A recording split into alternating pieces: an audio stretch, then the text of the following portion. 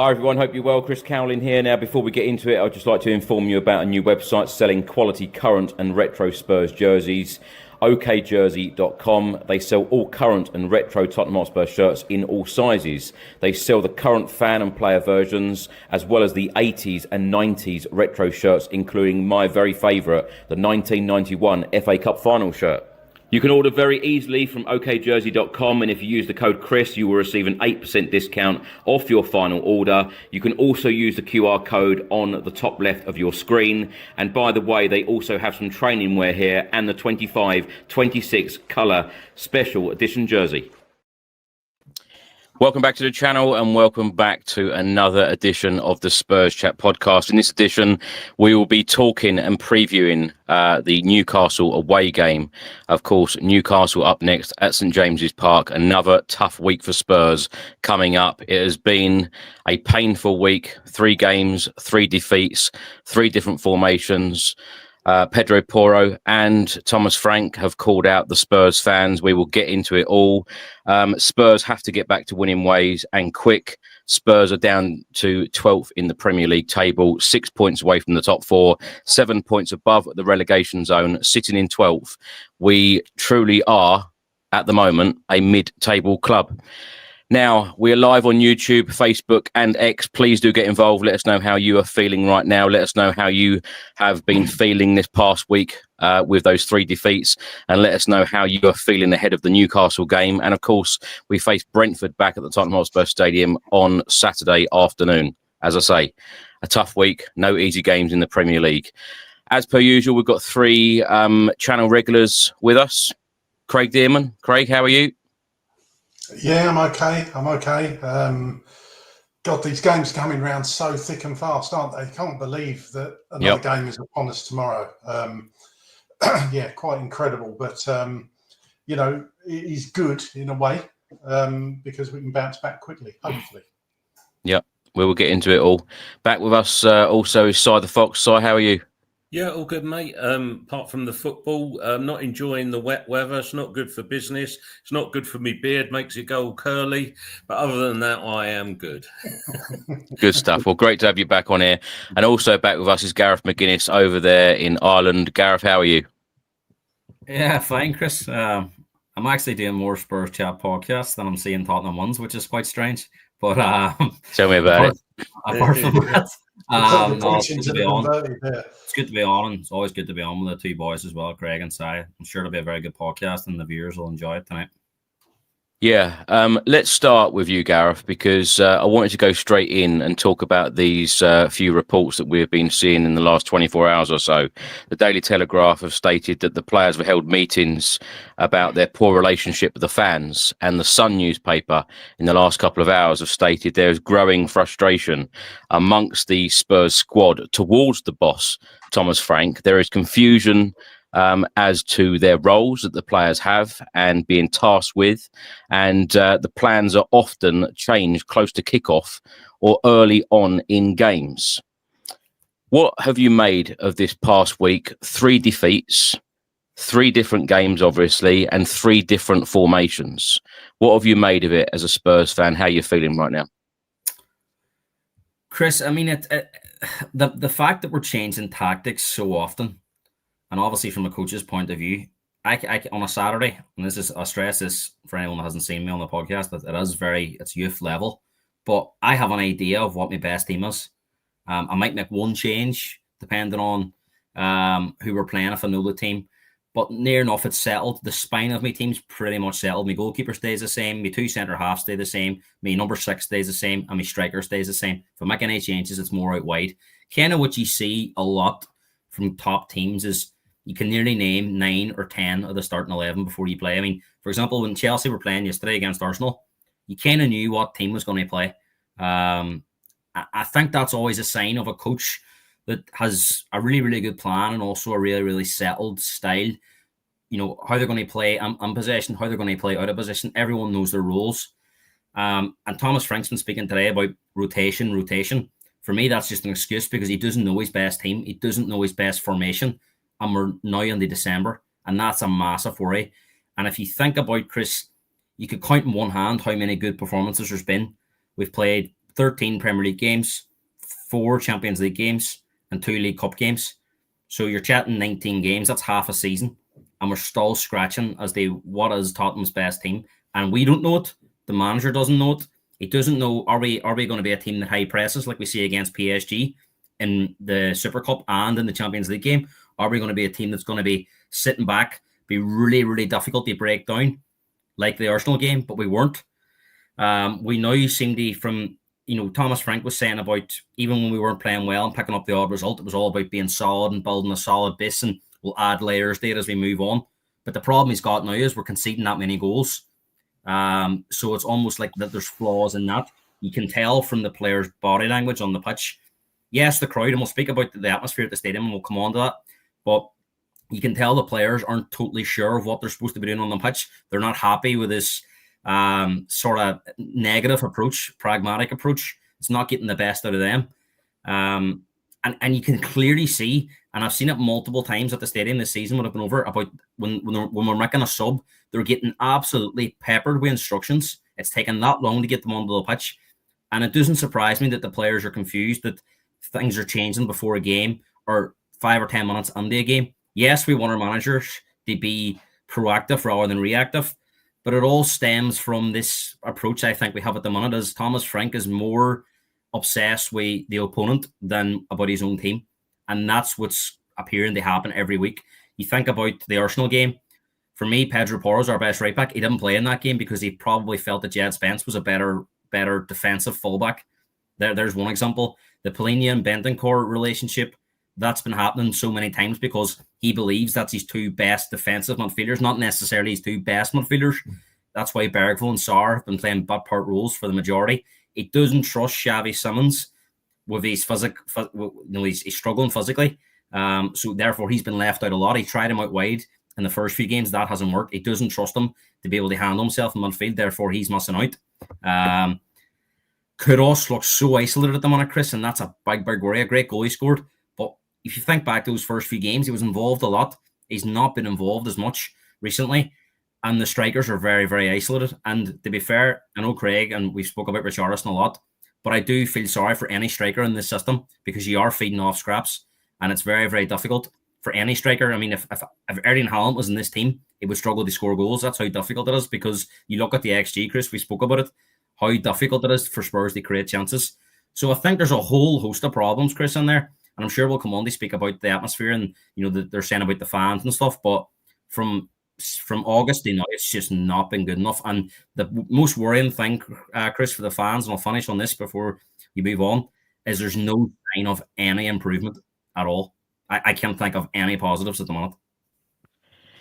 Craig, let's come to you. I know, I've asked all 3 of you to do your segments this evening, and I asked you to focus on the positives under Thomas Frank this season. What have you come up with? Well, we were defensively a bit more solid at the start, certainly. You could see that, but conceding 11 goals in the last 3 games doesn't quite fit that narrative. I agree with a hell of a lot of what Gareth said there. We are all at sea and all over the place. It doesn't look like the players seem to know what they're doing, but you've asked me to talk about positives, so I'll go through our results. I mean, I thought the PSG result in the Super Cup was a positive, even though we eventually lost the game. We didn't actually, we drew it, but lost on penalties. Anybody can lose on penalties. I thought that was a really professional performance. And then leading on into Burnley, 3-0 win, comfortable win, good performance. But let's face it, you should be beating teams like Burnley with all due respect. So, but that was good. And then, of course, 2-0 get away at Man City. Yes, Man City were going for a slump, but it's still Manchester City. Got this weird thing over Manchester City somehow. I don't quite know how it's all working, but turned them over again. So that was good. First signs of cracking for me was against Bournemouth, losing that game 1-0 at the Tottenham Hotspur Stadium at the end of August. As we move into September, I thought the 3-0 away win at West Ham was very good. West Ham, obviously, not particularly good at that stage, about to change their manager as well, so that was good. Again, talking about Premier League, the 2-goal comeback at Brighton, that showed a lot of character. That could have really slipped away from us, but we managed to battle back and get a draw there. The one at Wolves, that wasn't so good. Obviously, last minute goal, wasn't it, really, that saved our bacon in that one. Moving into October, again, sadly, this is kind of where things starting to crack for me. Good win away at Leeds, obviously promoted side, but we just had too much for them. Villa, a very poor performance against the Villa side. That I think that was their first win away. So that first half was kind of positive, but then from mid-October for me, that's when it's kind of starts going downhill a bit. Yes, we beat Everton 3-0. Again, a good performance, but after that, obviously we had Newcastle in the cup. We lost. And then Chelsea, the Chelsea result, of course, drawing with Manchester United. Now, on any other day, perhaps where the way the game was going, you would say that would be a good point against United, but I don't think it was on that occasion, which they were there for the taking. Manchester United didn't play well. And then the last few games, the North London derby, absolutely horrendous display, and then losing to Fulham. So just to sort of wrap it up into a ball, the first half was okay, but it's just got gradually worse from mid-October for me. Craig, I know when we've spoken before, you've pretty much said that you're kind of done with Thomas Frank. I'm still at the stage where I really want this to work. However, in these games, particularly the 3 very different games that we've seen, we'll talk about tactics in a minute with Gareth again.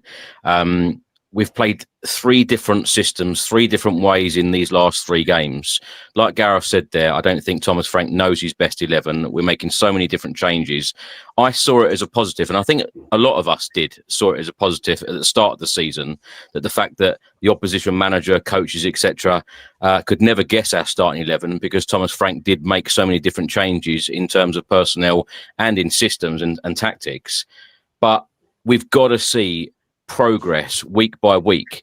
I think that some fans would say, look, we will accept losing games, but you've got to go out fighting. You touched on that Arsenal game there.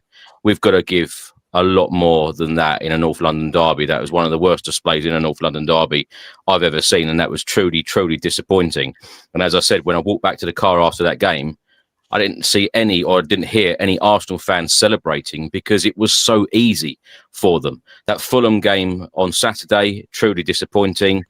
Staying on the subject, or trying to stay on the subject of positives for you, Craig, have you seen signs in recent games where you think, actually, this could work under Thomas Frank? I think Gareth's laughter says it all, doesn't it? Do you know what? I'm trying to be fair and balanced, but I can't get away from the fact I haven't seen much at all, is my answer to you on that. I haven't seen much at all. I'd love somebody to put me right in the comments, because I haven't seen much at all positive, other than we've played better in the second half of games sometimes when the first half's been absolutely turgid, and that is about it. We did come in back into it against Fulham, and at one point I thought we could actually get back into it and actually get a draw or even go on to win, but we just fell away. So really difficult for me. There's so much going on at Spurs at the moment, which there always is, which I know will come on to, the booing and everything else. But I genuinely can't think of. Look, people, I've done videos today and I've spoken about Thomas Frank, and I personally think it's probably time for him to go. I can't see the point in holding on to him any longer. I don't think this is going to get any better. I don't dislike Thomas Frank. I think he's a good manager. I just don't think he's going to be a good manager for Spurs. I don't think he's the right fit. I don't think he was ever going to be the right fit, and that's not his fault. That's not Thomas Frank's fault. He was recruited into this role. They wanted him.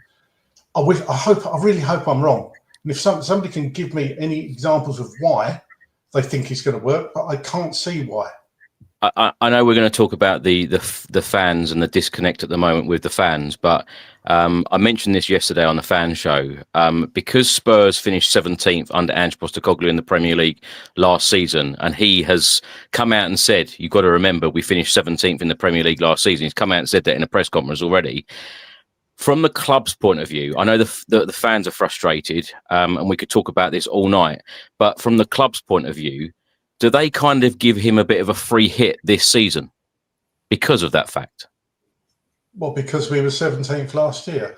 I personally don't think that's. I don't think that's anything to do with anything. Look, you've got to look at where we are at this stage of the season compared to last season, and the fact is, we're actually 2 points worse off than we were this stage last season.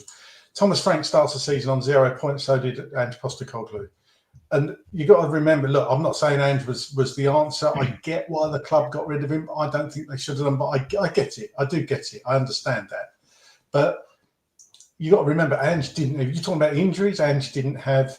He had a back line consisting of Archie Gray and Ben Davies for a long period of time. We had Fraser Forster.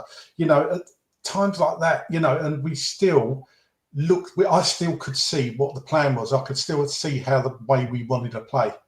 And it was a damn more entertaining as well. So giving Frank a free hit, I would agree if you could see something and you could actually be entertained with the way we're playing. If you're playing boring football and you're winning, I think we'd all take that. But the way we're playing and just going down without a fight, the fans aren't going to stand for that. They're not with the prices we pay, apart from anything else, I should have mentioned at the start, we've signed up, we've got a new sponsor, OK Jersey, and we've got 3 gifts to give away this evening. And Craig, Si and Gareth, at the end of the stream, I'd like you to choose the best comment that you have seen on this stream this evening. So look out for the comments this evening. Get involved, everyone. Put how you are feeling right now, and the guys will actually say their winners. And then you can go on okjersey.com and choose your free shirt, and it will be shipped out to you in a matter of a couple of days. So best of luck with that. So let's come to you. I asked you to look at the areas of improvement. I don't know how long this is going to take, this segment, but the areas of improvement. And I know when we last spoke, or one of the last times we spoke, you were on the Arsenal podcast after the game. Since then, we spoke and you said that you wanted it to work under Thomas Frank. You're very behind Thomas Frank, and you want him to have transfer windows. Do you still feel like that? Yeah, I'm still in the same place, Chris. And I'm going to start off with my usual caveat. Of the 20 fit players that we have at the moment, let's just focus on them. We have 3 left-footed players. This squad is wholly unbalanced. When I was looking through the stats and the lineups of the games, we've got so many lineups where we've had just right-footed players on the left-hand side of the pitch, and it just doesn't work in terms of balance. Yes, I can understand certain games where we play Jed Spence left back if the other team have got a particularly good right winger who likes to come inside, but the whole of the team funnels to the right hand side. And my biggest bugbear is that if you stop Kudus, then you stop Spurs, don't you? Because there's no other creativity. And then the other thing, where I do hold Thomas Frank to blame a little bit is if you keep moving Xavi from left wing to the number 10 and keep changing his position, as the guys have said, and asking him to do different things, you're not using that player for what he's good at, which is breaking the lines, putting passes through. Then it comes back to other things. Like you've got to have runners for him to pick. Well, we don't do that. And of the left footers we have, I just don't understand for the life of me why, if a doggy needs a rest, play Van der Ven at left back, put Kudus out on the left because he's left-footed and can go down one side, and you can play Odebear or Tell on the right, who can go around the outside. And Gareth was quite right at the start. We're providing no crosses for Richarlison particularly, who is good with his head, and we're not creating any chances for Kolo Muani. So surely, if you're going to balance the side up, you have to have some left-footed players playing on the left-hand side. For me, it's not rocket science, you know, and I think that's a key part to why we're not doing so well, and that's why I think that Thomas Frank is partly to blame for that. One thing I have gone and looked at the stats where we get in excess of, you know, an XG of 1.5 or above, we win the games. We do well. In Brighton was a draw, but, you know, that's a decent point away at Brighton. And I even had a look, that's in the Premier League, but I even had a look at the PSG game. Our XG was 2, and we come away scoring 3 goals. So when we do get a little bit creative, there is a spark there that means we can score goals, however we get them.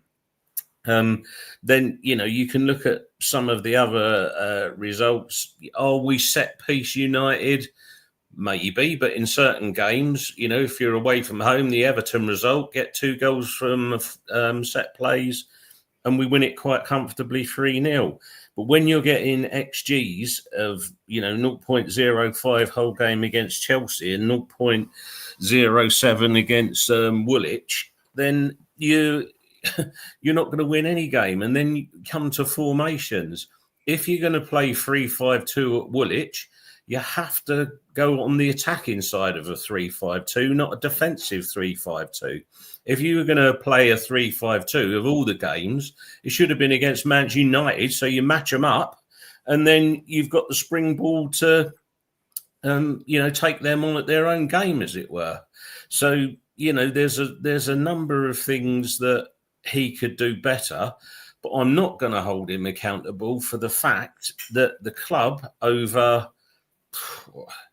10, 15 years have not dealt with the squad properly. You cannot just have 3 left-footed players, or 4 when they're all fit, excluding Ben Davies, in a squad of 25 that are left-footed players. It's just totally imbalanced, you know. And from there comes the issues with the performances. But again, I still say that if you're struggling with XG, then why aren't you playing the guy that you bought to be a creative player in the role that he likes playing, which is number 10? Why haven't you tried Kudus on the left so he can go on the outside of players as well as the inside? Because you know he can go both ways. And then give a Johnson, Odebear or a Tell a go on the right because they're right-footed players. It just doesn't make sense. And one other thing that I think Gareth is spot on, Craig's spot on, is the players are confused. And when you get confused players, you know, just in my opinion, they're frightened to do anything. And you can see the confidence oozes out. And then another thing, if you're gonna do what you did in the first 6 minutes against Fulham, wow, you're not coming back from that. I'm sorry. You know, you can put up a bit of a fight. You might get a 2-2 draw if you're lucky. But, you know, let's go defending and goalkeeping 101. What was the old phrase, boys? If in doubt, kick it out. What in God's name was Vicario doing? What in hell's name was he up to? I just don't know. So, you know, if you factor in individual errors into the performances, lack of confidence, not picking the right formation for the right game, not taking the handbrake off, it's a recipe for disaster. However, I don't think that whether it's Thomas Frank or any other manager, you cannot just give them 3 months, 4 months in charge and expect it to change. For me, even if you put Pep Guardiola or pick your manager du jour in charge of that squad, it would do that much better. We are at best a mid-table team. We've proved it over a number of seasons now, and that is the cold hard fact of it. And also these days, we don't have a Son and Kane to paper over the cracks. I suppose the question is then, Si, if somebody else did come in tomorrow, would they get more out of this squad? Because one thing that I wanted to touch on, that you mentioned Mohamed Kudus out on the right hand side, we were very predictable in that first half against Fulham. Yeah, I know we were 2-0 down after 6 minutes, and I tell you what, people didn't need to boo Vicario, because as a goalkeeper, when you make that type of error, you are eating yourself up inside. You know that you've made a glaring error. There's no point people saying, what the bloody hell are you doing? You know exactly what you've done. But the formation on, you know, I know I keep banging on about the formations, but I've just never known a Spurs side to have 3 different systems, formations in 3 different games in the same week. It's all ended the same way. Thomas Frank said it was a good performance against PSG. You know, it was a terrible performance against Arsenal, and he called it a freak performance in the press conference against Fulham. Can you see the positives going forward? Have you got enough to think, well, Thomas Frank is going to get the best out of these players? And another question that I wanted to ask is, if you look at the Brentford side last season under Thomas Frank to the Tottenham side now, what one's better?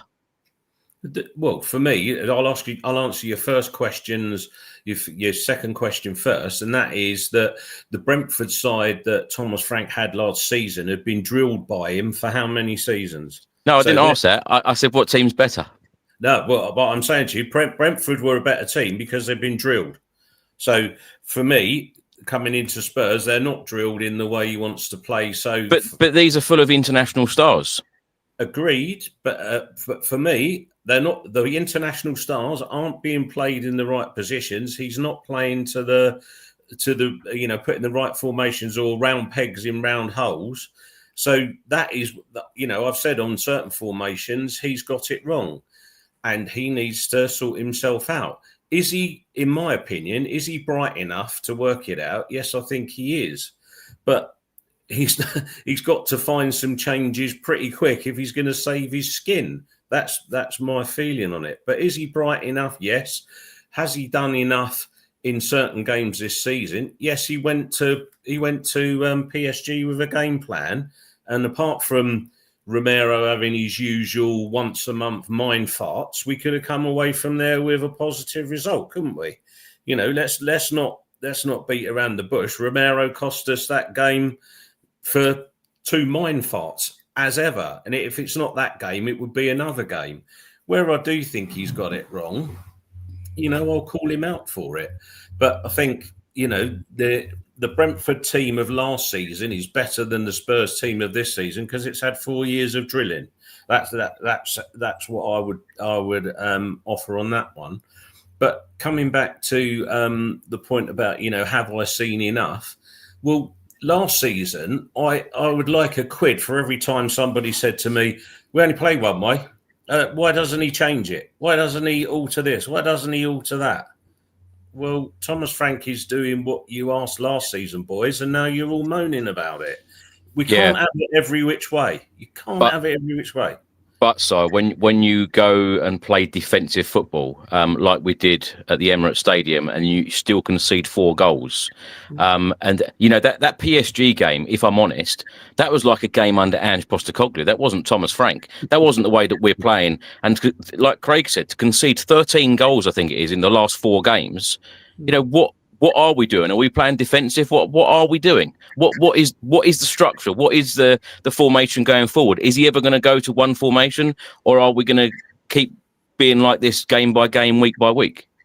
I think it depends on what players he's got available. So for me, if you haven't got enough left-footed defenders, or you're not prepared to use them on the left, then you're going to keep this flipping and switching. And also another thing I would say that's on the players is very few of them have played well enough to say that they're in the team every week. That's not on him. That's on players. That's down to the players to perform wherever he puts them.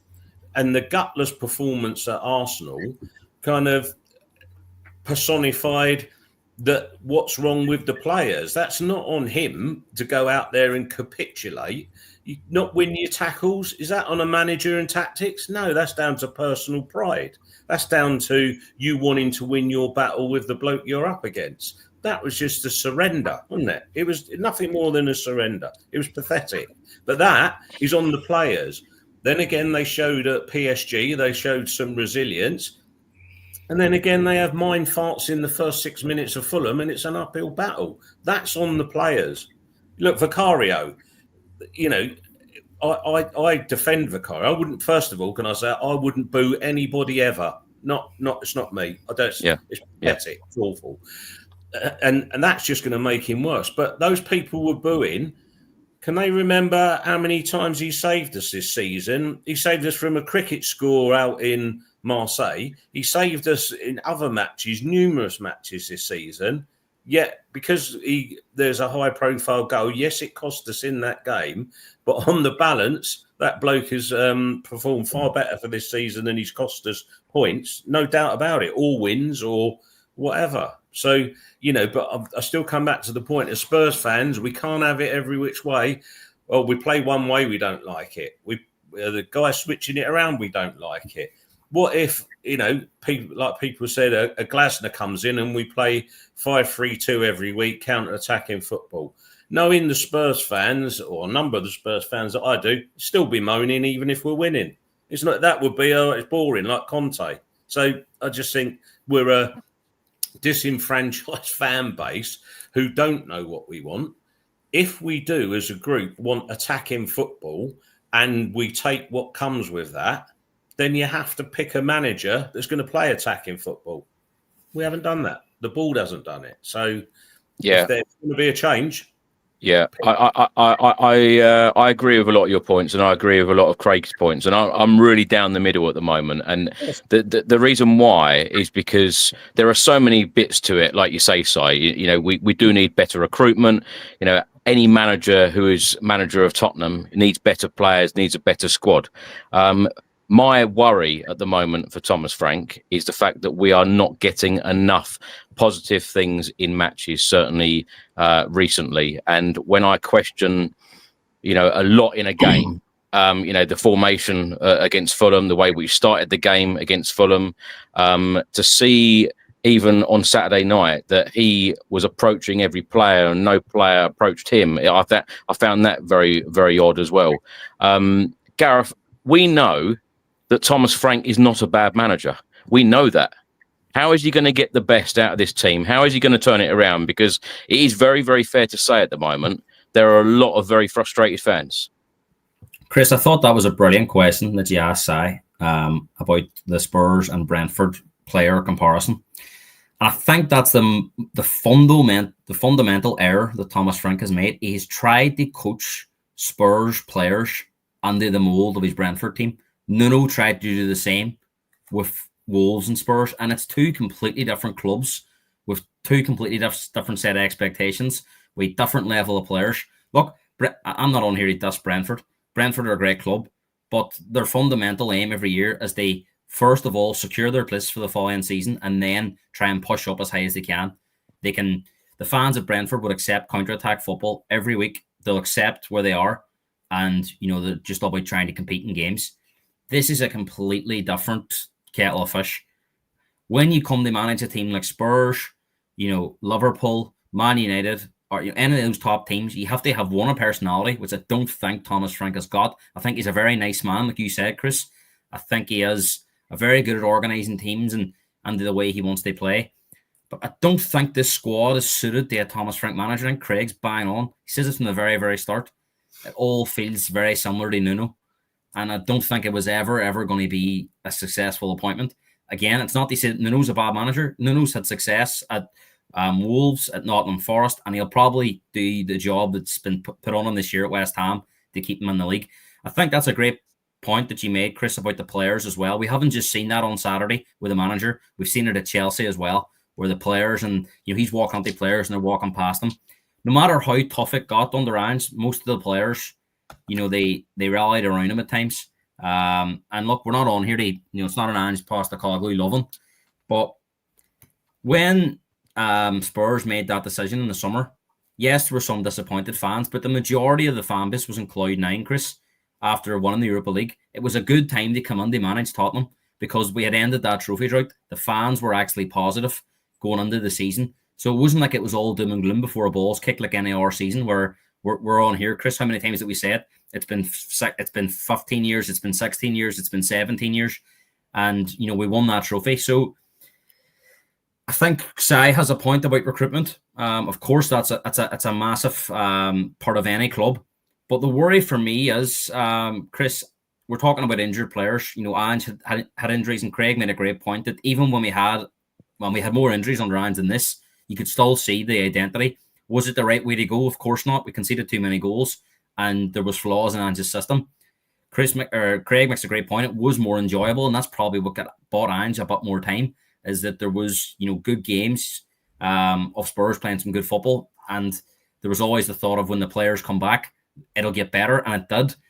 As the Europa League run pointed out at the end of the season, when we got Madison back and Kulusevski back and Solanke was fit, Van de Ven was a massive miss. He come back, as did Vicario at times. So the worry now is I can't see it getting any better when Madison probably won't play this year, but Kulusevski comes back, when Solanke comes back. I just don't see it because our build-up's not good. We're not creating anywhere as near as Mount. We must have the lowest creative output in games now, because as you keep saying there, three halves in a row, 0.1 XG or 0. I mean that is really, really damning. I mean that it's almost like we're seeing a team here that's out of its depth at the Premier League level, and we know it's not, because as you pointed out, we've got international footballers in this squad. Have we got any world-class players? Or you probably put Van de Ven into the bracket of being that now, but other than that, no, we haven't got a Son or a Kane anymore. But we still have better players than teams above us. Like, you look at Sunderland, they haven't got world-class superstars in their team, but they're performing well as a group. So we can go out and sign Semenyo, we can go out and sign top players that are performing well. But ultimately, if the structure's not good, the manager's not got his tactics right, the players will struggle. And we've seen this at Man United, Chris, for a number of years, where they've signed superstars, players that's not worked out. They've actually went to our clubs and perform well. So it's as much about the structure, it's as much about the manager as it is about signing players. So, I don't think until we get the right manager, I don't think whatever recruitment we do is not going to be that great, because we're not going to get the best out of these players. And this has been a running theme over a number of years. The most important person at the club, in the squad, in that setup, is the manager. Pochettino got the best out of, he didn't have a lot of money to spend, but he got the best out of the players that he have. We went the full summer without signing a player, and we got to the Champions League final. Yes, he probably had better players than this team, but he didn't have a massive squad. I mean, he kept referring to it when he was the Spurs manager that he needed a painful rebuild, because he only really had 13 or 14 players. He had a starting 11, and then you could maybe 2 or 3 that come off the bench. He never had a fully stacked bench, but he was still able to compete in Europe, still able to compete in the league. And we haven't seen that since, no matter who the manager is. Yes, they're not all to blame, but I do think this fit of, I think Jamie Carragher spoke about it really well. The biggest issue that these managers have in the Premier League when they manage lower teams is, can they transfer it to a top team where they have to almost expectation as they won every week, or at least play attractive football? And Thomas Frank at the minute looks incapable of doing that. Nuno looked incapable of doing that, and the fans turned on him, and it's going a very similar way. And if you look now, Chris, his record's actually worse than Nuno's. He's had a few more games in the league now. And I'm with Craig. I do think this is going to run its course over the next couple of weeks. I do not see a way out. I don't want to come on here and be negative, but I am really struggling for positives. Yes, we spoke about Ange and the flaws there, but there almost was a feeling with Ange, and I said it a number of times on the podcast last year, that let's see when he gets his players back, because he was able to get, he didn't have any issues with his team scoring goals for most of his reign. And you could argue that he didn't have, Kudus has come in and Simmons has come in, 2 players that should actually add to the attack, and it's not. So there's massive issues in there. Sai has a point about the unbalanced squad, but as it says, Ange had the same issue last year.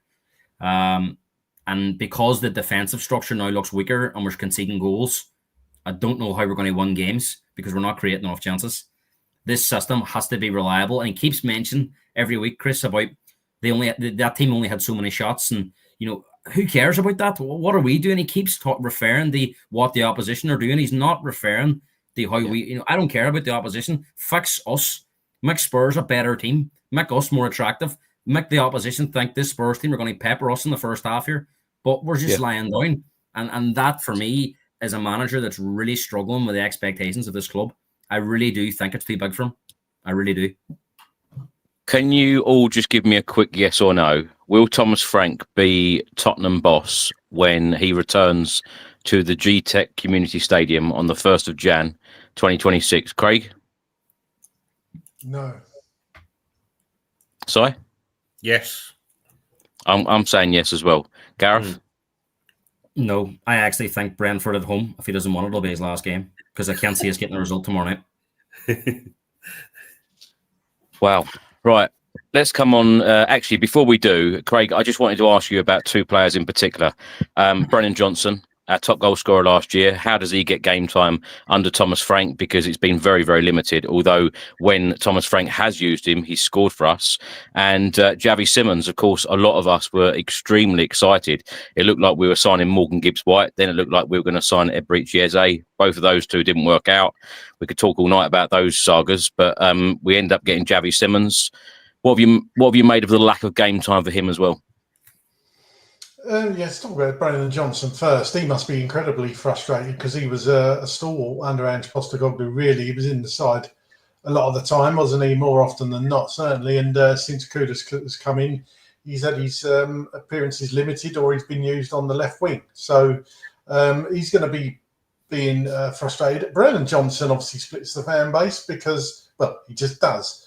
Some people doesn't think he works as hard defensively, but he has got this this knack of just being in the right place at the right time and scoring goals. So in a team that are desperate to score goals at the moment, I'm hopeful actually Brennan Johnson gets a run out against Newcastle, to be honest with you, because he's tried other people in other positions and it's not working. Like Gareth said, playing through balls to Brennan Johnson. I would even give Brennan Johnson a go in the number 9 position and let him run through the middle, to be honest with you. What have we got to lose? As for Javi Simmons, again, another player that's going to be incredibly frustrated with his amount of game time. Yes, he's come to a new league. Yes, some would say he's a bit lightweight as well, and I agree with that. Premier League is completely different to any other league. German league is possibly the nearest thing to it, but it's not the standard of the Premier League. What I'd say about Javi Simmons is you can see he cares. You can see he cares. That Arsenal defeat, you could see after the game, he was incredibly fed up. I nearly swore there, but he was incredibly fed up. It really does. He's one of those players that you can see it really meant a lot to. And I'm not saying the others don't. Everybody shows emotions differently. But that's going to be hurting Javi not to be in the team. He was probably sold a dream that he's going to be Spurs number 10, and it's not quite worked out for him. He's just not had... Now, whether that's the balls, but I personally think it's the ball's not coming through to Javi Simmons enough in the right areas. The ball isn't being progressed through the middle where Javi would like to receive it, so he can't take it on the half turn. And then he's got if he does get it, he's got nobody to hit in the forward positions. Callum Moani might be that player. Now he's back and playing, but Richarlison's never going to be running onto the ball because he hasn't got the pace to do it. And the wingers just seem to be... Kudus started off really well. He played okay Saturday, I thought, but again, I think he's gone off the boil a bit. I think teams are double marking him. But then again, if teams are doubling up on him, there should be space somewhere else on the pitch. It's probably more one for Gareth than me, this talking about tactical stuff. But if you've got players that are doubling up on somebody, there must be space somewhere else. And Spurs aren't exploiting that. We just don't seem to go forward with any fluidity. And Javi should be a big part of that. But, of course, he's got to be on the pitch to be able to influence that. And he's just not getting the game time. So he's another player I hope that gets some game time against Newcastle, because he might as well try something different, because whatever he's done the last 3 games has not worked and we've been looking terrible. Unfortunately, the thing is, right, I agree. I can't remember who said it. I don't think he does know what his best team is. And players... We've all played football to some degree, level, right? And we mainly played 4-4-2 when I played. So, the footballers I played with, me included, we're not the sharpest knives in the drawer. You just want simple instructions. 4 at the back, 4 in midfield, 2 up front. Craig, you're up front with whoever, right? That's good. You know what you're going to be doing. Now, professional footballers, you could say they should be able to adapt and go to a 3 at the back, a 4 at the back, a 5 at the back, a 3 in midfield, a 2 in midfield, and a CAM or whatever, 2 up front, 3 up front, 1 up front, whatever it is. And you should be able to adapt. But I think perhaps the players are being overloaded and they can't understand what he wants them to do. And we're changing so often and people changing positions so much that it's confusing the hell out of everybody. I think there's an element of that. But whatever players he's played, it hasn't worked. Yeah. That's Craig, the main thing. Craig, there's no worked. patterns. There's no patterns of play either, is there? No patterns. No, nothing. Always used to say in the 80s that Liverpool used to play in triangles. Always, when you used to watch, I remember my granddad saying, you watch how Liverpool play in triangles. That's when Liverpool were, that Liverpool team in the 80s. Gareth, you're probably too young. But Liverpool in the 80s were one of the first teams to play like that. Just everything, there was always two options. And they were phenomenal at doing it. And just simple things like that. There's nothing like that. Nothing going on at Spurs. A player looks up, you look, how many passes has he got on? Should have two options. Rarely has one of our players got two options, or it goes sideways, or it goes backwards. It's incredibly frustrating. Right, let's come on to talk about the Newcastle game, which of course takes place on Tuesday evening at St James's Park, 8:15 p.m. kickoff. Now, let's have a look at some of the stats here.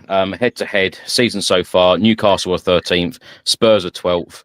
Both teams have 18 points. Goals scored, Newcastle 17, Tottenham Hotspur 21. Now, Newcastle and Spurs have both conceded 16 in the Premier League so far this campaign. Newcastle have had 107 shots to Tottenham's 96. Shots on target, Newcastle 63 to Tottenham's 42. Shots off target, Newcastle 54 to Tottenham's 54. Block shots, Newcastle 46 to Tottenham's 28. Passing accuracy, Newcastle 81.94% to Tottenham's 83.54%. And points dropped from a winning position, Newcastle 9, Spurs 5. Now, before we get your thoughts on Newcastle ahead of this game, let's hear from Thomas Frank. This is what he said about Newcastle. Hi, Thomas. Good afternoon. Good afternoon. A couple of questions about Newcastle, please. First of all, how impressive have you been with them, their performances against Man City, against Everton recently, and obviously the timing of facing them tomorrow away from home? Newcastle are good. I think they've been good for a long time since Eddie Howe took over. I said that before. Admire Eddie and his coaching staff and everything they do massively. They're a very intense team, very, very aggressive, and speaking about having a good home record and a good that's a difficult place to go to. Everyone knows that. I think they won the last 6 home games, so perfect timing. So good, but not unbeatable. Just what we want to hear. Won their last 6 home games. Wow. Now, more stats here. 60 games played in the Premier League between Newcastle and Spurs. Newcastle won 27 of those games, Spurs 25, and 8 of them finishing as a draw. And most recently, last season, Newcastle did the double over Spurs, beating us 2-1 at home and away.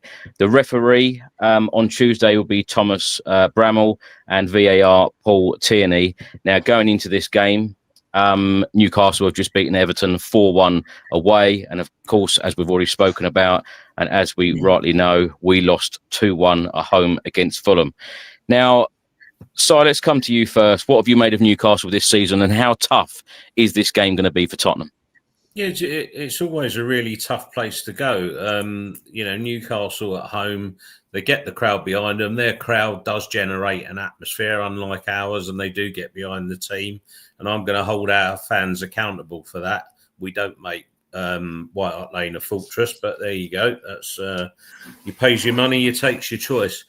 Their form at home is quite formidable, but there is a but for me that they are gettable, and I agree with Thomas Franks when he says they are gettable. I've watched a number of their games this season. Their additions took a bit of a while to settle in. Voltemade seems to have found his rhythm a bit now within the team after all the Isak shenanigans. Their defenders, the lad Tiao that they brought in, he's a strong player. But I think, for me, their weakness, when I've seen them play this season, is down the flanks. Now, if we decide to play wingers that are going to have a go at their players down the flanks, they're gettable. Burns been in superb form. Tial's been in good form. Their normal midfield, when you've got Tonali in there, is formidable. And Voltemade's coming into form. I've never really rated Elanga. Barnes is a bit hit and miss. So are they gettable? Yes, they are. But St James's Park is a fortress for them, and our recent record there is not very good at all. That's being polite about it. But I do think, if the players put in a performance, there is something we could get there. Could we win? Unlikely. If you offered me a point now, would I take it? Of course I would.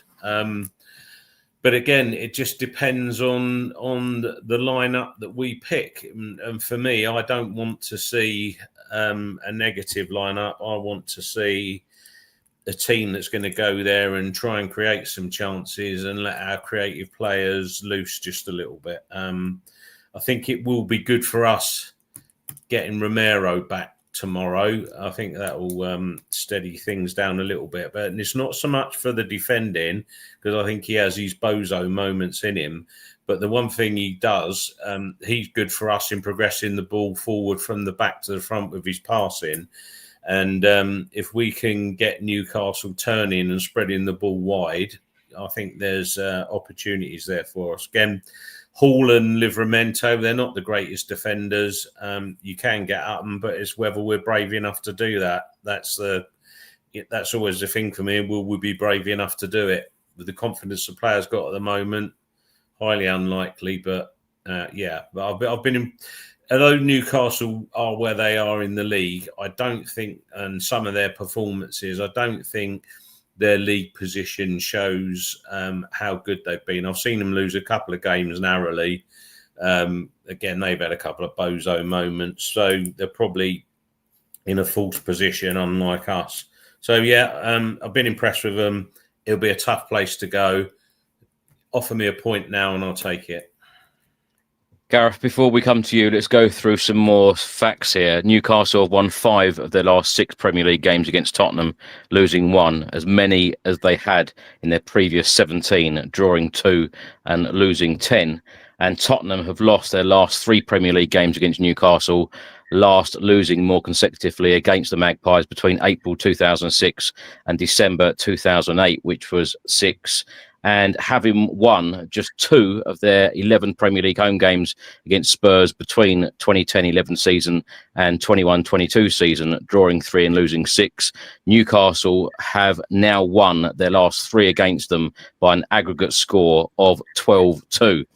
And Newcastle haven't lost any of their last 10 home midweek games on a Tuesday, Wednesday or Thursday evening, 7 p.m. or later in the Premier League, winning 7 and drawing 3 since a 2-1 defeat to Crystal Palace back in Feb 2021. And Tottenham have won just 1 of their last 13 midweek games on a Tuesday, Wednesday or Thursday, drawing 2 and losing 10, beating Brentford 3-2 in January 24. Of course, managed by Thomas Frank. They've lost each of their last 7 such games, scoring just 1 goal in the process. Do you read anything into these sorts of stats, Gareth? Because is it worth my 5-hour trip up there and 5-hour trip back? Well, if you were analysing it like that, you may as well pack up and go home now, because, I mean, it just looks like we've got absolutely no hope. Records don't mean everything, but I think Sai is absolutely spot on. I think Newcastle are in a false position. I've seen some of their games they've been a bit unlucky in. I've seen performances in there. You don't sense that with Spurs. You feel that we probably should be lower in the table. I think we're 4th bottom based on XG. That tells you a lot. Whereas I think Newcastle should be a lot higher. The ones they've had at home, I watched that Man City one recently. I even watched them against Barcelona, Liverpool, Arsenal. They competed in those games and went down with late goals. Should have been up at half-time in the Barcelona game, and Rashford scored 2 great goals. So they always give anyone a game at home when they've played better teams than us. I was up at Newcastle in the League Cup game, and we never really competed in the game, to be honest. I know it was a very different lineup, but Newcastle didn't play their strongest team anyway. I do think it's kind of gone against us, the fact it's a midweek game, because under the lights, St James's Park is going to be even more up for, aren't they? But they're going to smell blood with this Tottenham team, Chris. Let's not bit around the bush here. They're going to be thinking this is going to be, let's put these under pressure from the off here. They're struggling, and I mean, if we concede early, you may turn the TV off because I just don't see any way back for us. How we're going to approach the game. Football's a funny old game, Gareth. You never know. We could go there and get 3 points. I think it would be the shock result of the season if we did. I think it really would be. I think this would be more of a shock than Sunderland going to Stamford Bridge and winning. Honestly, I don't think anyone out there would give Spurs an absolute prayer on this game. I mean, you only have to listen to the manager's press conference and the live chat here just picked it up. All the comments are saying the same. Does that sound like a manager that believes his team can go there and win tomorrow? If I was a player in that dressing room watching that press conference, I'd be going, he doesn't fancy us, boys. He doesn't even fancy us. It seemed negative. He put on all he had to say about Newcastle was they're a very good team, competing well over a number of seasons, and Eddie Howe's a good manager. It's all he had to say. It brought up about their great home record. They've won their last 6 games, almost putting it out there like, well, if we get beat, sure, the last 6 teams up here have got beat. So I think already that's a negative and that's what I've sussed with the manager. I do believe he's a negative mentality, negative approach to games, and that transfers to the players and the fans. I mean, is anyone up for this game tomorrow night? I know you're going up there, Chris, but are you going up there with any hope other than it's football that we can win the game? Because I haven't seen anything that suggests that we're going to turn the corner tomorrow night. And even if we did somehow scrape a 1, I think we'd be coming away fortunate. And I don't think anyone would have any confidence going into Saturday against Brentford. You know, I don't see us going up there and completely surprising everybody, playing great football and winning the game. I think we're going to go back to the old defensive dogged formation. Wouldn't surprise me if he went me a back 5, but I definitely think he'll play with the 2 in midfield, the Pliny and Bentancur, to try and stop Newcastle. We know their midfield's very strong, but the worry for me isn't the boys in Sky Sports have picked up on this. It's okay doing that, but you have to have a plan with the ball, and I just think we're going to be boxed in, and it's going to be a horrible watch, and we're going to be just waiting for Newcastle to score, and then before we know it, the game will be away from us. So, not looking forward to it, Chris. Of course I'm going to watch it. Of course I'm going to want the team to win, but I think it's going to be a tough night. Don't envy going up there. Craig, let's come to you. This is the Newcastle team that beat Everton 4-1 away at the weekend. What I want to ask you is, out of the current Tottenham Hotspur team and squad, who would get into this Newcastle team? Possibly Van der Ven and Romero, even though Bern and Tiao, however you pronounce his name, have been playing well. The rest, you've really got to stretch, to be honest with you, to shoehorn anybody in. I totally agree. It's a really good point. I think Newcastle are in a bit of a false position. They've been playing very well in the games I've seen them this season. They've got something that we don't seem to have, and that's passion, especially when they're playing at home. It's a horrible place to go, St James's Park. You know, that's how you want your home ground, an absolute cauldron. Yeah. And we don't have that. I mean, I don't know. I think it's just "Come on, you Spurs" is written above it, but I know when you go and walk out of Galatasaray, it's got "Welcome to Hell," or it used to have. I don't know. Perhaps Spurs is. Yeah. You know, Spurs has not got anything like that. That's how you want your stadium, and it's just like powder puff. It's just so nothing. You know, nobody fears coming to the Tottenham Hotspur Stadium, which is very sad, and that's got to change. But tomorrow, as you say, we're away at Newcastle. You're up in the gods as fans. You're up there. The Spurs fans are right at the top of that massive stand. It's going to be a tough one. It's really going to be a tough one. I totally agree with Gareth. Actually, can't see us getting anything. Obviously, I'm wanting the team to win, 100%. But I kudos, not the player, but kudos to you and all the fans travelling all that way up the top of the country to watch Tottenham Hotspur. And yes, funny things can happen in football, but I just can't see us getting anything out of that game tomorrow. I think if you're a betting man, who you're going to bet on to win that game? Really, it's not going to be Tottenham, is it? But I don't hate saying things like this. You know, I've predicted losses in the last few games. Sadly, I've been right, but I don't want us to lose again. I don't like coming on here and being negative, but I try and say how I feel and how I see it going. And I just can't see us winning tomorrow. I do hope I'm wrong. Like I said to you last week, Craig, when I went on national radio and predicted a 1-1 draw against Fulham, I knew that, you know, there's something there that I'm worried about, I must say. Let's have a look at some more stats here. Newcastle have won 11 of their 16 home Premier League matches in 2025. That's 69%. Their fifth best home win ratio in a calendar year in the competition, with 2 of those 5 best coming under Eddie Howe. Also 70% in 2023, won 14 out of 20. What a great home record that is. And Tottenham Hotspur are unbeaten in the Premier League games outside of London this season, picking up 10 points in 4 games. This is more positive vibes here. Winning 3 and drawing 1. They last had a longer unbeaten run outside of the capital between March and October 2022, and that was 6 games.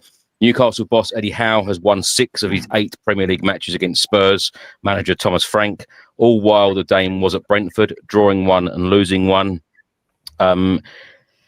It's his joint most wins against a opposing manager, also beating Marco Silva 6 times, drawing 1 and losing 5. Bruno Guimaraes has been involved in 11 goals in his last 19 home Premier League games for Newcastle, 7 goals and 4 assists, scoring 2 or assisting 1 in each of his last 3 at St James's Park, his best ever run in the competition. He is certainly going to be a key player for the hosts on Tuesday. And Richarlison has been involved in 6 goals in 10 Premier League appearances against Newcastle, 4 goals and 2 assists, only having more goals and assists against Liverpool, 4 goals and 3 assists. He bagged the brace for Spurs in a 4-1 win in December 2023 in his last game against them. So let's come to you on Richarlison. Who is going to be the key players for Spurs? Would you expect Richarlison to start this game? Oh, that's a loaded question. Would I expect Richarlison to start? Probably, with the way Thomas Frank's been using him. Would I want Richarlison to start? No, because I want Kolo Muani through the middle. But you know that's my choice, and I'd like Kudus on the left, and I'd like Alderweireld or Tell on the right. But that's just how I'd like to set up, and I'd like Xavi in the 10.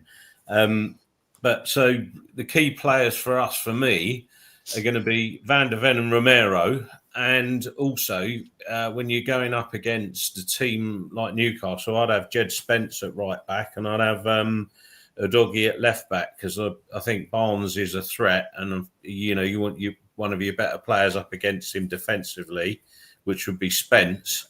But I think we've said it's going to be a tough game. But I think our best chance of getting at them is down the flank. So that's why I want to see a little bit of a change up there. Now, we're going to go through a couple of clips from Thomas Frank's press conference on Monday. So we're going to talk about those. And then straight after that, we're going to get into your predicted lineups and score predictions. Now, this next clip, Thomas Frank come out and said that the Spurs fans are allowed to be disappointed. Yeah, I'm good, thank you. And you? Very well. In terms of fans booing, I understand what you're saying, wait to the end, but some fans don't stay to the end of the game, and some fans want to let the players know what they're feeling, how they're feeling, and when they're feeling it, maybe during a game. Should everybody not be allowed their opinion whenever they want? Yes, just like I'm allowed my opinion wherever I want. So I think it's fair. I'm just saying what I think. I'm like, can't say it enough. We have some fantastic fans. We're nothing without the fans. We need them, every aspect. And they are very much allowed to be disappointed, no problem. I'm just saying, when you play a match at home, it is not as helpful as it is when they can see they're driving the team forward, for example. And of course, it's up to us to do everything we can to perform, so it's just going hand in hand. But the beautiful thing about football and life is never straightforward. Gareth, before I come to you on the reaction of that, I just want to play this other clip where Thomas Frank is talking about true Spurs fans. You and Pedro both use the same expression about true Spurs fans. I think you said they're not true Spurs fans if they do that, and Pedro said he loves the true Spurs fans. Have you got any kind of fear that might fire up fans even more, those frustrated to kind of being told maybe they're not true Spurs fans? I don't know. And you can say, how do you define a true Spurs fan? I think all the fantastic fans we have believe they're true Spurs fans. Some react in one way, some react in another, some want a little bit in between. no matter what, we need all of them. Gareth, let's get your reaction to Thomas Frank talking about the fans, because this isn't the first time that he's spoken about the fans. But what have you made of his comments today in particular? I'm glad you played that second clip, because I was going to mention that. I thought that was a misjudgment on his behalf. I think anyone that attended the Fulham game on Saturday, the awful kickoff time at 8 o'clock, there was loads of tickets available for the game. Anyone that was in the stadium was a true Spurs fan. And let me tell you, if you looked at our fixtures coming up, everybody sort of thought if we're going to win a game at home, this was it. Fulham hadn't won a game away from home all season. They're notoriously poor travellers, and to be 2-0 down after 6 minutes, who would not want to sound their dislike and their hatred for what they were seeing? I mean, it was shambolic, those first 2 goals we conceded. Yes, you can point out the first one's a deflection, but there was multiple chances before that to stop the goal from getting that far. And the second one, yes, I'm not going to blame Thomas Frank for that. It's a poor decision from Vicario. I think maybe when some fans booed him, I think maybe when they left the stadium or maybe woke up the next day, they probably felt maybe we shouldn't have done that, because, as you know, he made a mistake. He would have knew that. But I think it's just heat of the moment, and you have to expect that. This is a big football club that cannot win a game at home. I mean, this is how bad it's got. So, all the frustrations, and I've seen it numerous times last season and this season, of a team that literally can't win a game at home. I mean, Craig pointed out there about the Galatasaray. Welcome to hell. This is welcome to 3 points. This is how bad it's got. The Wolves haven't got a point away from home all season, apart from the one they got at Spurs. Can't win a game, and they were seconds away from beating us. That we can't beat the worst teams traveling in the league. And we'll come on. Obviously, we're speaking about tomorrow night, but if we get beat, I really do think it's all on Brentford at home. I think that will be his last opportunity, because they're another team that are struggling away from home. I can't think of any other teams out there now that would be better opponents to play at home than Fulham and Brentford, because we've already played Wolves. So this is now down the bare bones. This has got to change, and got to change fast. How can you expect the fans to turn up on Saturday at home if we lose again tomorrow night? The home record, of course, they're going to be going into the game fearing another defeat. I mean, why would anyone expect anything different? And what we're actually seeing, as Craig pointed out, on the pitch is a team we know patterns of play. It looks very much off the cuff. When you go and watch a Sunday league game on a Sunday, you kind of see things, where balls getting pumped under the box, and players that maybe don't know each other because somebody's dropped out sick, and you phone somebody, hey, we're short a player today, can you come down? Maybe never trained together with some of the players that are playing. It almost looks like this team doesn't know each other, and a lot of these players have been together for a few years. So seems to be a lot of excuses getting made by Thomas Frank. A lot of fans I understand this from their point of view, it's their opinion, but they're reluctant to go through an hour change. I think all 4 of us here are reluctant to go through an hour change of manager. But I don't know what the answer is in terms of who the next man is, but it's not a justification for keeping a manager in place that clearly isn't working. So we would have to try and do something differently. But at the moment, Chris, I think Thomas Frank, the way he's speaking to the fans is all wrong. Yes, I think Si's right. Could we be a little bit more patient in the stadium? Maybe, but it's difficult, Chris. You're there every game.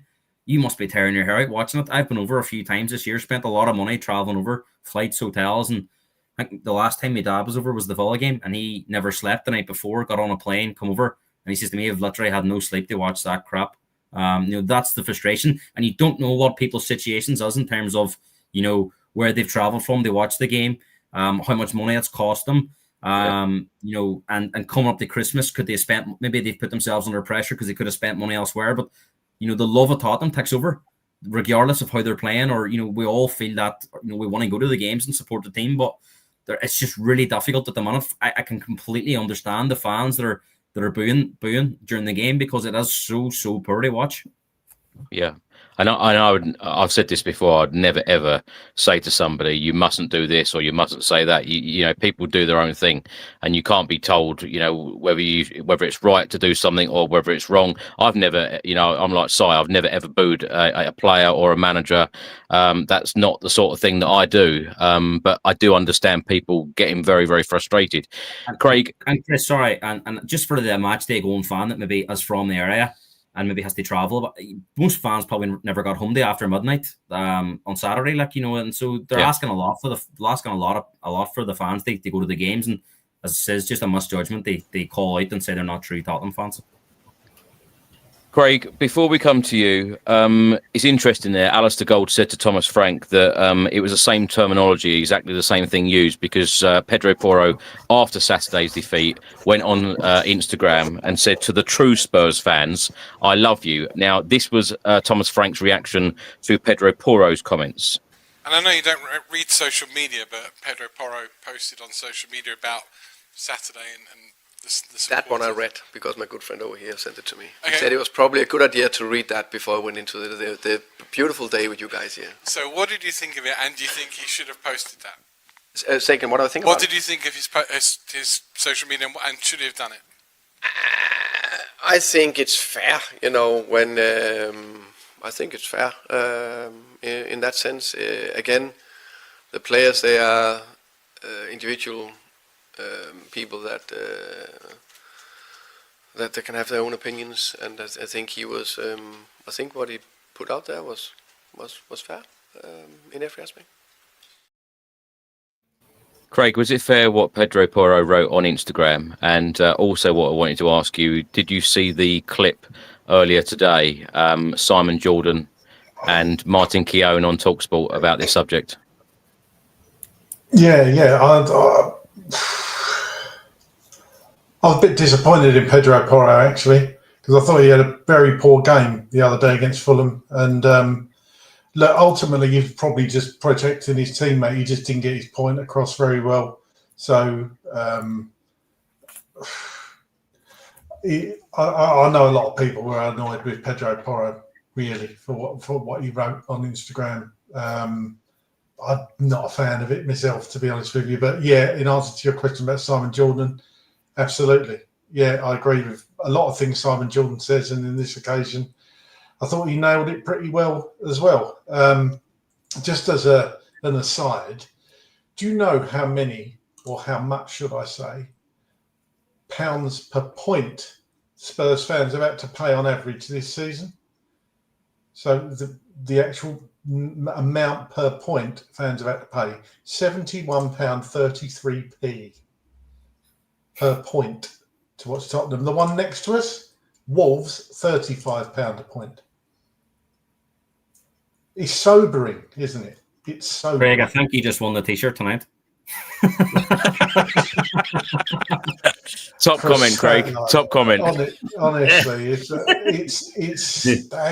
staggering. They've got to address. I see Holly's in the chat. That's why I can't go a lot, because I like to go with my family, as I've said many times. I cannot afford to go and watch Spurs to a Premier League game at the prices they're at. It's just ridiculous. You could justify it if we were prime Barcelona. We're not. It is so bad. It's so bad. But you can get 30% off the Skywalk at the moment, I think, something like that. I saw that landed in my inbox. Yeah, Craig, I've got to say, my view is, and I might be old-fashioned here, that if you are a Premier League footballer, particularly when you've lost a game, I'm just not a fan of Premier League players going on social media anyway. I just feel that they should be staying off it, just stay away from it. It's interesting because our captain Romero hasn't gone on social media in the last couple of games and hasn't posted anything, but someone like Pedro Porro did, and the fact that what he said, it has upset people. But this Spurs team at the moment, and Thomas Frank, they need all of the support that they can get. And it's funny because Pape Matar, and I'm going to paraphrase here, pretty much come out and said, look, we've got to stick together. We've got to stick together here going forward. Yeah. I'm with you. I just stay off social media if you've had a nightmare. But, you just see the same thing. Does it mean as much? Well, because footballers they lap up social media when things are going well, but when it's not, then things can go very badly. The thing is, what I do disagree with is people going online and abusing people and footballers, regardless of whether they're footballers or not. Yeah, you should. What goes through your head? Some of the things you see tweeted to people. Drennan Johnson had to delete his ex account, or was it Instagram, because he was getting abused. What sort of world are you living in? Seriously, grow up. Really? Yeah. You know, keyboard warriors. Wouldn't Can say I if make a somebody's point walking about past me in the what street. something you said, Chris? Can I make a point about something? Go for it, Si. Go for it. Well, I have an issue with the captain of the team not being front and central when they're in a time of crisis. I agree. I hear this. Well, his English is not that great. Well, he's been with the club long enough, and I'm sure he's got plenty to say, and it can be translated in a tweet or on the screen or a club interview, however you want to do it. I do not think it's a good look that your captain isn't front and central. And I just go back to former captains we've had. I mean, even Sonny last season, he fronted up. And always, yeah. If social media were a thing in the day, can you imagine Steve Perryman and Graham Roberts and people like that hiding away? No. No, they wouldn't have hidden away. They'd have been front and central, accepting what the fans have got to say, explaining their side of it, but being seen to be leaders. And that's where I have a big problem with this bloody stupid phrase of leadership group. Well, the only person for me who is constantly fronting up is Vicario.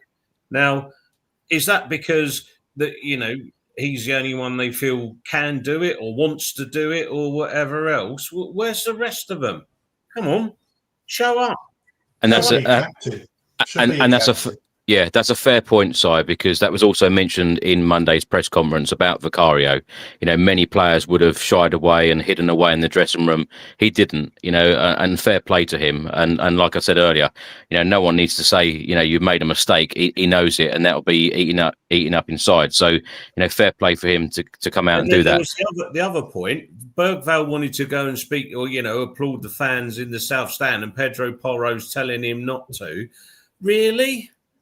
That young lad was fronting up and saying, look, thanks for your support, whatever. And you got a player who's pissy about whatever, goes storming off down the tunnel and tells him to go in the changing room. The fans deserve better than that, in my opinion. And I think that's where players let themselves down. I do. So I'm glad one of you actually mentioned that about this whole thing about the players and the manager applauding the fans. Thomas Frank is so big on this. And if you think about this week or this past week, the Arsenal game, it was actually Pedro Porro and Thomas Frank, who were the only two people who actually came over close to the very few people that were left inside the Emirates Stadium. A lot of players kept their distance. PSG, Thomas Frank again said, come on, we're going over to the away end, to all of the players, and they went over. Thomas Frank, the video clip that I played earlier as you guys were talking, Thomas Frank again walking around the whole pitch. That is a thing that he has always done it at Brentford, always walks around to every stand. Fair play to him for doing that. I tell you what, even if we lost the game 5-0 or won it 5-0, he acts in exactly the same way in applauding the fans. Whether people agree with that or not is another thing. That's what he does. I feel that some of these players, particularly as we saw in the Chelsea game with Van der Ven going off the pitch and Jed Spence going off the pitch saying, no, I'm not doing it. I feel that could annoy some of the players. Is this a thing that should be, should it be a thing? Should the players have to do this because the manager's saying, I do it, so you guys do it? Because back in the day, and I've seen this a lot recently, back in the day, the players finished the game, the referee blew the whistle, they shook hands, they walk off the pitch. This thing now about all the players being made to walk around, particularly over to the South Stand, should it be a thing, Si? Or should they just stop doing it? Well, no, I have a different view on this personally, and it's about respect. So the players say that there's a disconnect and they're having meetings about the connection with the fans. Well, how about you show some respect to the fans and just say thank you for support, come win, lose or draw. How about you start building bridges there?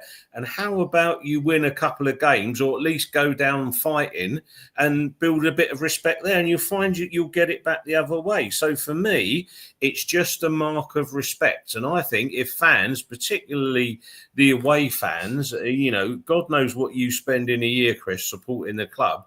If the players whose wages you're paying, or we're paying when we go to home games or whatever, haven't got the common decency to just say thank you for your support, then it tells you all that's wrong in the world at the moment. It's a bigger societal thing, but for Christ's sake, show some humility. Show that you care about the fans by just saying thank you. And the first one to scuttle down the tunnel, most occasions, especially away, is a certain captain of ours. Not good enough. No, not good enough. No, it's disrespectful. Gareth, we're going to come to you now. Last clip, and then we'll go round to each one of you and get your predicted lineups and score predictions. This one, as Si was just talking about there, is about the relationship with the fans. Hi, Thomas. How do sort of yourself and the players kind of mend this relationship with the fans? It feels kind of a real sort of tipping point now, where you do need them, but you feel like it also feels like you've kind of lost a lot of them, yourself and the players. I think if we will go into every game, I'm pretty sure every fan wants to win and wants to support and wants to do everything. And then if not going to plan, then maybe some get more frustrated than others. And again, I think there's always some that shout louder than others. So I don't think fans, when you say you lose the fans, how many is that? 5%, 10%, 15, 20? How much is it? I don't know. We would like to get all 100% on board. And there's only, there's two things we can do. We can perform and keep connect. Gareth, 5%, 10%, 15, 20. What do you think it is? That want the manager out? I don't know. I think, judging by this chat, we've got me and Craig are definitely out. So there's 50. You're definitely on the side of we should give him more time, and Chris, you're torn. So we'll say maybe 75%. We'll use this. I know there's only 4 people in here, but judging by the chat, I think there's a lot of them want him out too. So it could be higher than that. I think the biggest tonic for building relationships is winning games of football. I mean, if we start winning some games, I think you'll see more players clapping the fans, and maybe that isn't right. I think what you're saying, Chris, is yes, there is some fans there. I think, regardless of result, expect the players to go round and clap for the support. But there also is part of me that thinks, what benefit is there of them doing that when the whole stadium's booing them? What would be? I mean, the players will know by the final whistle and how the game's gone of the fans' reaction. If we've got 20 players walking around the pitch, all getting booed, is that a good look? I'm not sure. I mean, a lot of fans probably left the game before the final whistle against Fulham as well. But there is fans out there, and rightly so, they're entitled to their opinion, that want the team to go around. So I don't know if we'll ever get the right answer. Some fans may agree with them going around, going around even if they are booing, clapping them, or some may say get down the tunnel. Because if you remember the Bournemouth away game last year when I went over to the fans, it was chaos over there. So maybe stand back a bit, or maybe even go to the semicircle and maybe just turn your bodies and clap. I don't know what the answer is. But I think at the minute, the only way this improves with the manager and the players is winning games of football at home, or at least what Craig's saying. If you can't win, at least show you're having a go, at least get some shots on goal, at least make it entertaining. It's none of those things at the minute, Chris. So it's going to continue on. And my worry is if we do get beat tomorrow night, which I think most of the fans expect, what is the atmosphere going to be like pre-match on Saturday against Brentford? And what would have to be, for me, a must-win game for Frank to get any more time? I don't know anyone out there, and I'd love them. And again, they're entitled to their opinions, the people in the chat, all Spurs fans watching. I would love them to put the case forward to me. If we lose tomorrow night and don't beat Brentford, where is the case for continuing on with this manager? I would love to hear their case for it. And if they make some great points, that makes me agree. I'd say, right, maybe let's give him more time. But I think me and Craig have brought up so many points, and you've asked Craig to outline the positives, and he's struggling really. He's having to go back to the very start of the season to give any really. And Craig doesn't want to come on here like myself and be negative, but we have to call it how we see it. And unfortunately, at the minute, it looks like it's only going one way, Chris, and that is Thomas Frank getting his coat. Craig could have just spent 5 minutes doing it, so we don't know how much work he put into it. I did have a think. I did have a think because you'd pre-warned me, and I couldn't think of anything else. I'd love, like Gareth said, put it in the chat. What's the positives? What have been the positives? What are the positives at the moment? Right, I'd love to know. Right, Grumpy. Let's start with you. On the starting 11 for Newcastle, what team are you going with, Craig? Because this is the team that faced Fulham. Of course, we know that Captain Romero is back. Is it going to be a simple one change, or is he going to make a number of changes? What do you expect him to do, Craig? What I expect him to do, I think he's going to go Vicario. I think Spence comes in at right back, Romero, Van der Ven and Udogie. I think we're going to see the Bentancur Paulinho double pivot. I'm going to go for Javi in the number 10, Kudos on the right, Cowlin Moani through the middle, and I think he'll probably go with Odebear. That's not the team I would like to see, but I think that's the team Thomas Frank will go with. What score prediction are you going to go with, Craig?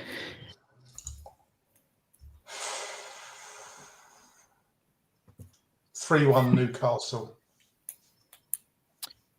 Si, what are you thinking? Well, seeing as I'm the only kind of member of the Frank Defence League tonight, and I want to be the Ricky Norwood of the show, let's have it tomorrow. Let's have it.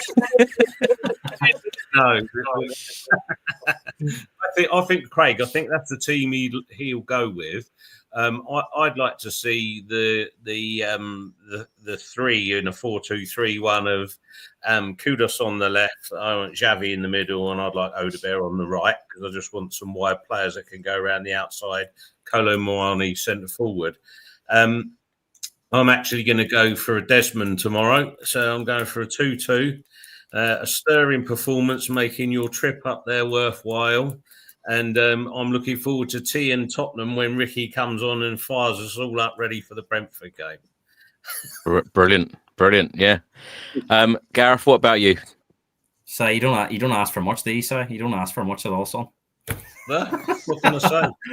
Well, actually, Gareth, before you do give me your score prediction and your predicted lineup, if somehow Spurs get 2 wins this week against Newcastle or Brentford, will you change your tune?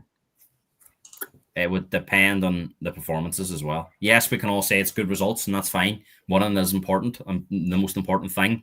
But if it's kind of like we've conceded 25 shots and beat Newcastle, we say a piece 1-0. Yes, we'd all be happy with the result, but I wouldn't give you any confidence going to Brentford.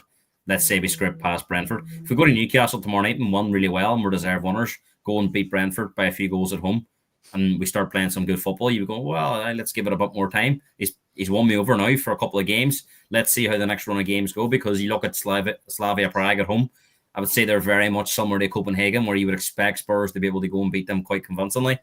A decent Spurs team would. So you could start to see there be 3 1s in a row, and then he goes to Forest. So, of course, the narrative could change, but I'd be lying if I says I fancied that, Chris, and I'd love to sit here and be positive about those games, but I'm not at the minute. In terms of this, I hope Si's right, and I hope Ricky Norwood's prancing about here tomorrow night, talking about a great one. But I just don't see that happening. But the lineup I think Frank will go with is pretty similar to what the boys says there. I think Spence will probably come in at right back. They negate their threat on the left side, whether it's Gordon or Barnes. Gordon's building his fitness back up. It wouldn't surprise me if Gordon started this game, and he is rapid. I think Romero comes back in beside Van der Ven. Udogie will play at left back. I think Craig, unfortunately, is right. We'll go back to the Paulinho and Bentancur pivot. I don't think Simmons will play in this game just due to the physicality of the Newcastle midfield. You'd expect them to go with Tonali, Joelinton and Bruno. Probably the most physical midfield in the league. So it would actually blow my mind if someone's played in this game, because I would imagine he'll keep him for Saturday. And then I think he'll go with Kudos on the right. I think he'll go with Tell on the left, actually, for his physicality as well. And he'll play Miani up front. That's what I think he would do. What would I do? Sorry, he'll play Sarr too as well, I think, as the number 10. I think Sarr will be the R one in the midfield. If it was up to me, Chris, I don't know at the minute, because I think whatever team we play, unless they've got a clear identity and a clear plan of what to do when they get the ball, I just think whatever team you put out there, if they haven't got any guidance on how to move the ball forward and play out of the defence and we're defending the whole game, I think it's going to be very similar to the Arsenal game, unfortunately, where we're going to be penned on. And we're going to, because what can he change in a few days? I just don't see it. And unfortunately, apologies to everyone watching. I wish we could come on here and be confident, but I have to be honest, because it wouldn't be fair on your podcast, Chris, to be saying ludicrous things. But I've just done it. We let Ricky away with it, but I have to be honest. I'm going for I think it'll be a 3-0 Newcastle one. Can I just ask you one final question, a very quick one? Where at this point do you see Spurs finishing in the Premier League table? Craig, let's start with you. 10th. Sorry? 10th. Gareth? Yeah, around that. I'll say 10th. Be generous. Hopefully, if a new manager comes in and picks us up a bit. But the sad thing, the good thing is, Chris, that if this does go wrong in the next couple of days, there is an opportunity that we're not too far off, because all our teams have been struggling, that if we got somebody in, maybe things could change. But I mean, me and Craig had this conversation last night. What would your expectations be if somebody come in now mid-season, even if it was just an interim? My expectations are that low: is play attractive football, won a few games at home, turn the stadium into a bit more positivity, and won a few games. I don't think we'd be, putting too much pressure on the, I think our expectations are that low at the minute that if we got those things, it would be seen as a step forward. And I think that's a sad reality of where we are at the minute, Chris, that we're just crying out for something to get behind. Not so much about going on a great run and run. We'd love that. We're just dying for some, like the Copenhagen game, Chris. Remember the atmosphere after that in the stadium? And I think I was on the podcast after and everyone was happy. And it was just because we see some great goals and we created a lot of chances. And I think that's where a lot of fans are frustrated that we're not seeing that more often. Yeah, I said this at the weekend after the Fulham game. It's sad times at the moment, because when you keep hearing booing, Frank's managed Spurs 7 times in the Premier League at home. We've heard booing 5 times out of those 7 matches. It just seems very, very normal right now, which is very, very sad to see. Gareth, you're back on the podcast after the Newcastle game. Thanks for joining us this evening. Where can everyone find you? Si, if we won, you can replace me, all right? Yeah, thanks for having me on, Chris. It's always good to come on and air reviews, and I've enjoyed the chat tonight too. Some great comments have come on there, and I think everybody is connected in this. We just want Spurs to turn this around as quickly as possible. But you can find me on that at Gareth Hotspurs, and of course, if you're looking forward to the podcast tomorrow night, I'll be on here as well. Gareth, did you pick your comment of the evening? Have you chosen your winner? I've been listening to the chat that much. There's been some great comments. Let me see. There was one here a while ago. I think it was quite good. Yeah,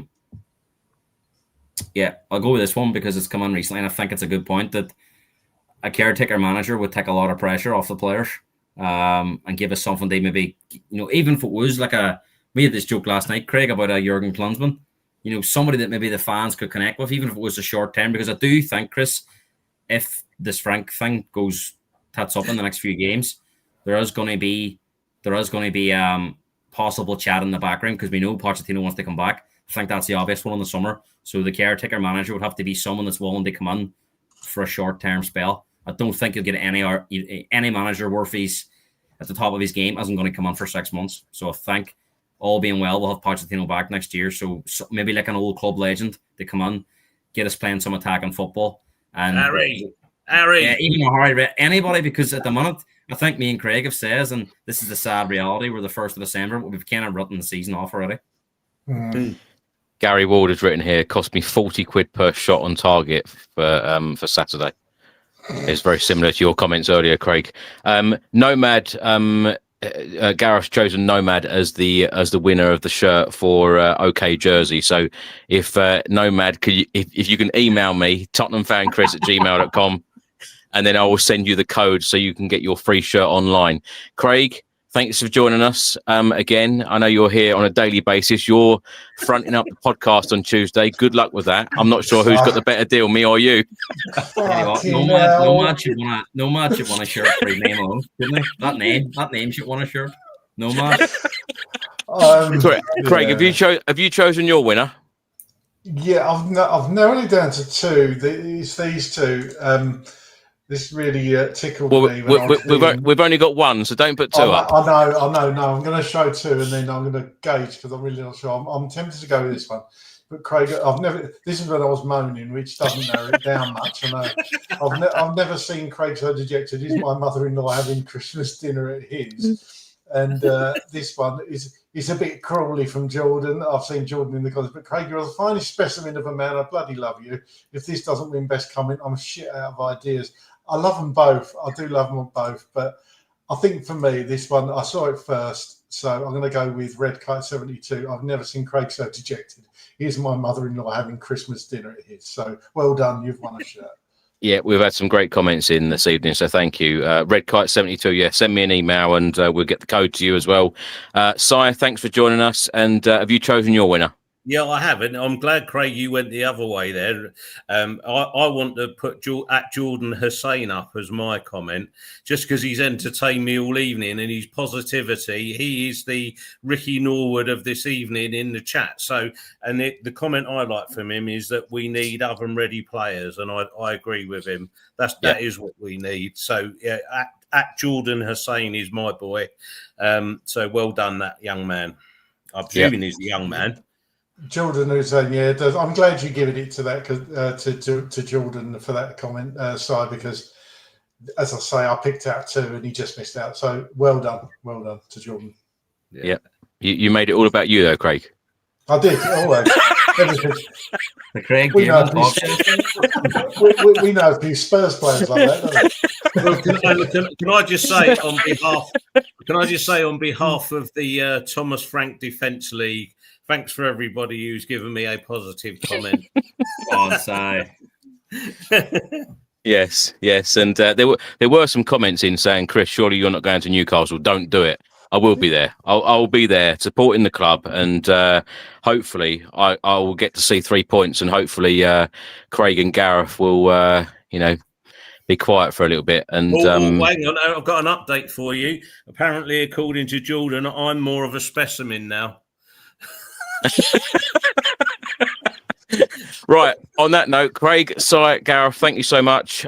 Craig will be hosting the podcast on Tuesday after the game against Newcastle. Let's hope that they are all smiling, and yes, they got smiles on their faces, and hopefully we can see Spurs climb up that Premier League table. Thanks for watching, everyone. And Craig, you're absolutely right. We were trying to do an hour podcast. It's near an hour 40, so apologies about that. You lot just talk too much. Thanks for supporting everyone, and we will see you soon. Come on, you Spurs. Come on, you Spurs.